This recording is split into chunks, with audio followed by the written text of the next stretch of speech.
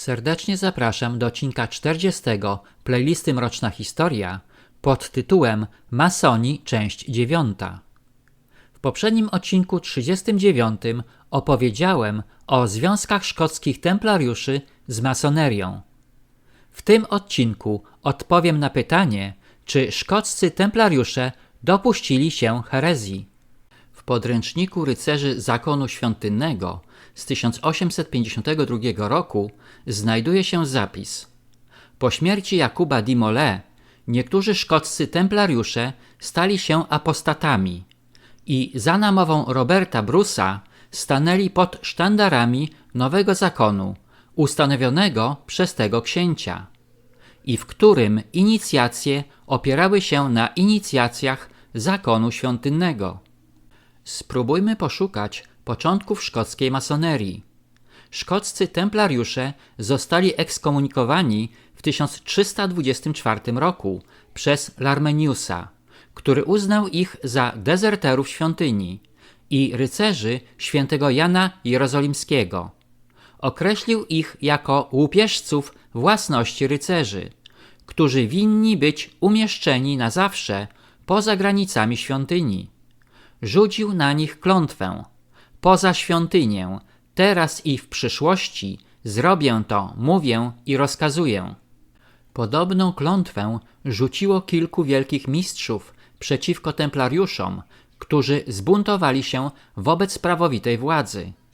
Od schizmy, która miała miejsce w Szkocji, narodziło się bez wątpienia wiele sekt. Wydaje się jednak, że rzucane klątwy mogą świadczyć o niewinności szkockich templariuszy, którzy dochowując wierności prawdziwemu Kościołowi i wierze chrześcijańskiej, zbuntowali się przeciwko fałszywemu Chrystusowi Kościoła katolickiego i doktrynom joanizmu, a powodem klątwy był ich bunt przeciwko władzom zakonnym. Należy również zauważyć, że w wyroku wydanym przez zakon świątyni na szkockich templariuszy uwzględnieni są także rycerze świętego Jana Jerozolimskiego. Fakt ten może świadczyć o wierności dogmatom chrześcijaństwa szkockich templariuszy, gdyż wobec rycerzy świętego Jana z Jerozolimy, którym przekazano majątek templariuszy, nie wysunięto żadnych podejrzeń o herezji. Po likwidacji zakonu świątynnego w 1312 roku pozostali templariusze przyłączyli się do rycerzy świętego Jana Jerozolimskiego, co może świadczyć o oczyszczeniu systemu templariuszy z heretyckich elementów. Ten sam proces miał miejsce w królewskim zakonie Szkocji. Może to sugerować, że chociaż templariusze przywieźli tajną doktrynę ze wschodu, to poprzez ich związek z królewskim zakonem Szkocji i rycerzami świętego Jana Jerozolimskiego tylko czysta doktryna przeszła do masonerii.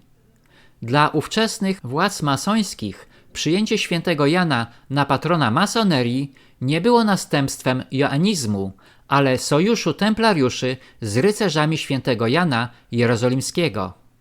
Podsumowując, pomimo zapewnień części masonerii o braku związków z templariuszami, związki te wystąpiły przynajmniej w Szkocji, gdzie szkoccy templariusze związali się z królewskim zakonem szkockim.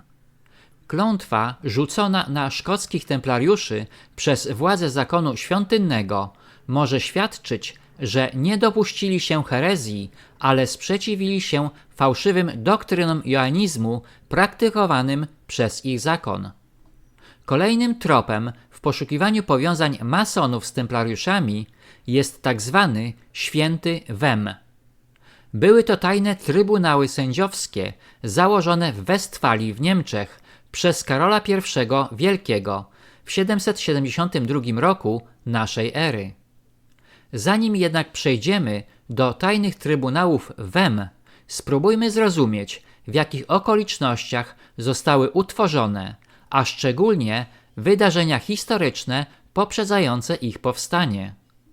Na przełomie I i II stulecia naszej ery nastąpił szczyt potęgi Cesarstwa Rzymskiego. Był to okres panowania tzw. dobrych cesarzy, czyli 5 władców z dynastii Antoninów: Nerwy, Trajana, Hadriana, Antoninusa Piusa i Marka Aureliusza. Syn Marka Aureliusza, Commodus, nie zaliczał się do wybitnych postaci na tronie cesarskim, gdyż roztrwonił państwową kasę głównie na igrzyska. Prawdopodobnie został zamordowany przez swoich pretorian i po jego śmierci zdemoralizowani żołnierze gwardii cesarskiej ogłosili licytację, której stawką był tron cesarski. Rozpoczęła się wojna domowa, która spustoszyła Imperium Rzymskie. Kolejni cesarze dzielili się na nieudolnych uzurpatorów lub mało skutecznych reformatorów. W 395 roku naszej ery Teodozjusz I Wielki podzielił Cesarstwo Rzymskie na dwie części: Cesarstwo Zachodniorzymskie oraz Cesarstwo Wschodniorzymskie, zwane Cesarstwem Bizantyjskim.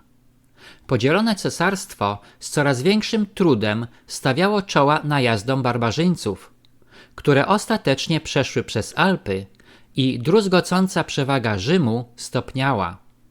Dodatkowo wybuchały bunty coraz gorzej opłacanych legionów germańskich i galijskich.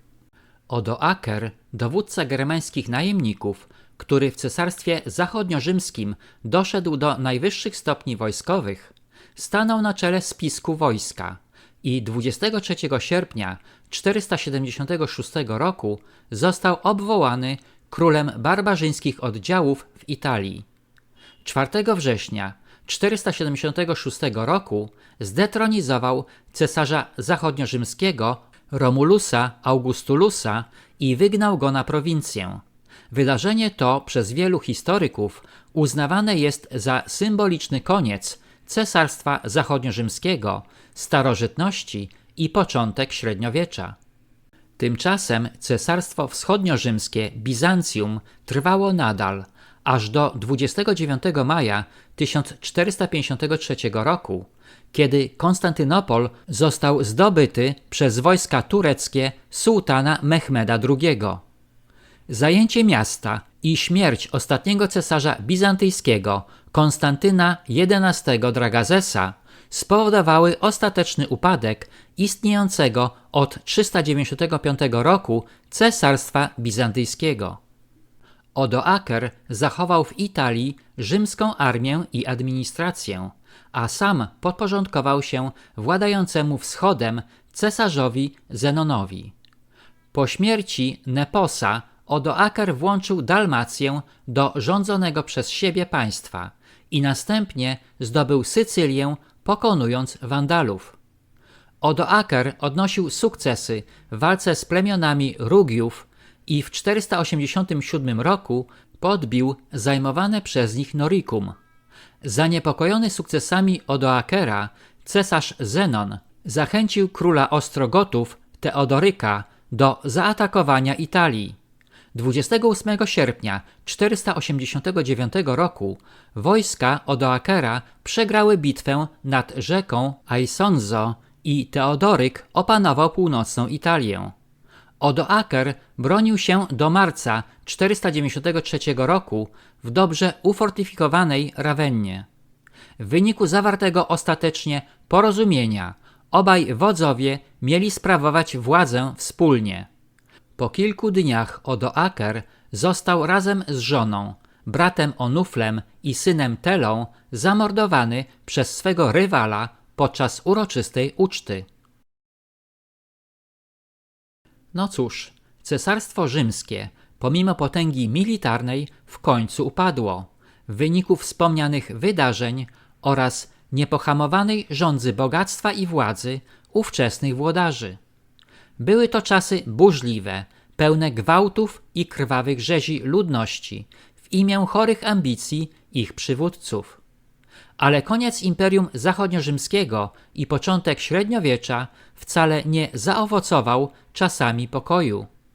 Dziękuję za wsparcie mojego kanału przez Buy Coffee Tu, link pod filmem.